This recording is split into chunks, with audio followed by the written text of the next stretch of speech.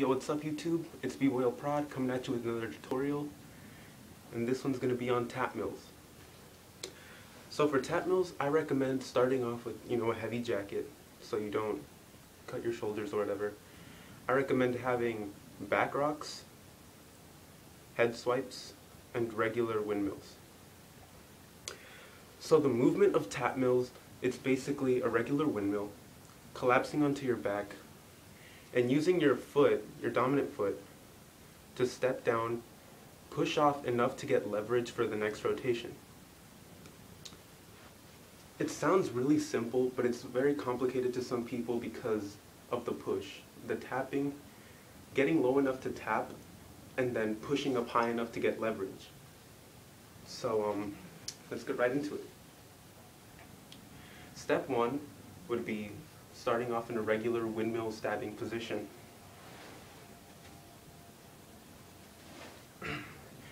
Step two would be collapsing, obviously.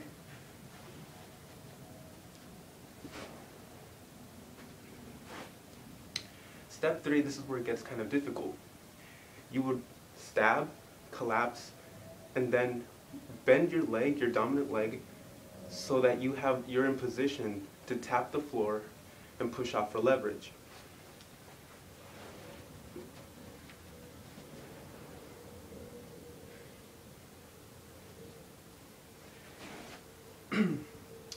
Step four is once you've stabbed, collapsed, and bent your leg, you're going to try to get low enough so that you can tap the floor with your leg, but then make sure to have enough momentum so that the tap can move you and so you can continue on with your rotations.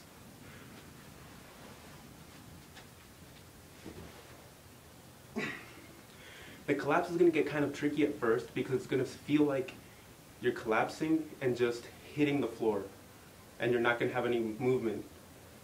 A tip for this is, like I said, Backrocks. With Backrocks, you're really moving side to side onto your shoulders, and you're kind of getting the gist of moving side to side. And with head swipes, you're pushing up off the floor with your dominant leg and elevating yourself so you can land in a freeze. For example, Backrocks, and then head swipe.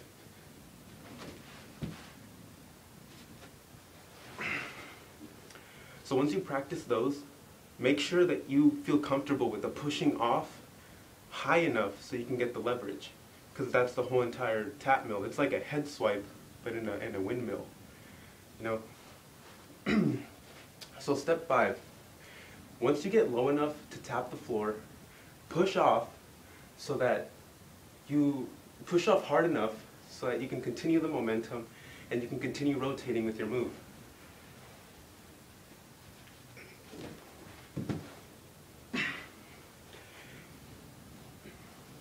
Here, a little trick of the trade, your bent leg will never become unbent unless you're going into another move.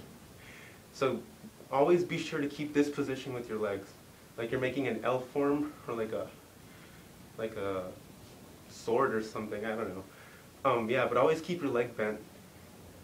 Stay stiff. Don't ever go loosey-goosey on me. Stay stiff and continue to tap the floor, push hard enough so you can gain your momentum and continue spinning. When I started off doing tap mills, I used the front of my head like I would for halos so that I could understand what it was like to get the leverage and the height so I can continue spinning, just as I would for munch mills.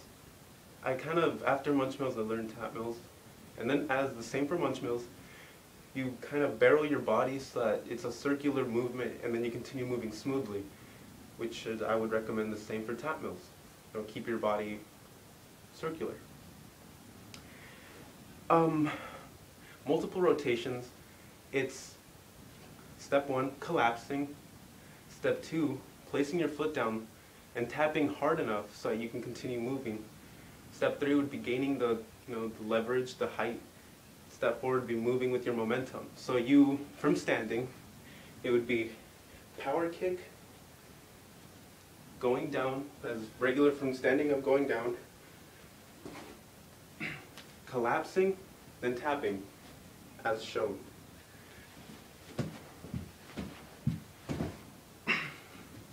As you can see, I use my head to gain momentum and leverage, as I would recommend you guys do too. That's all I have for Tapmills. Comment down below if you want to see any other tutorial. Thank you for watching, YouTube. Peace.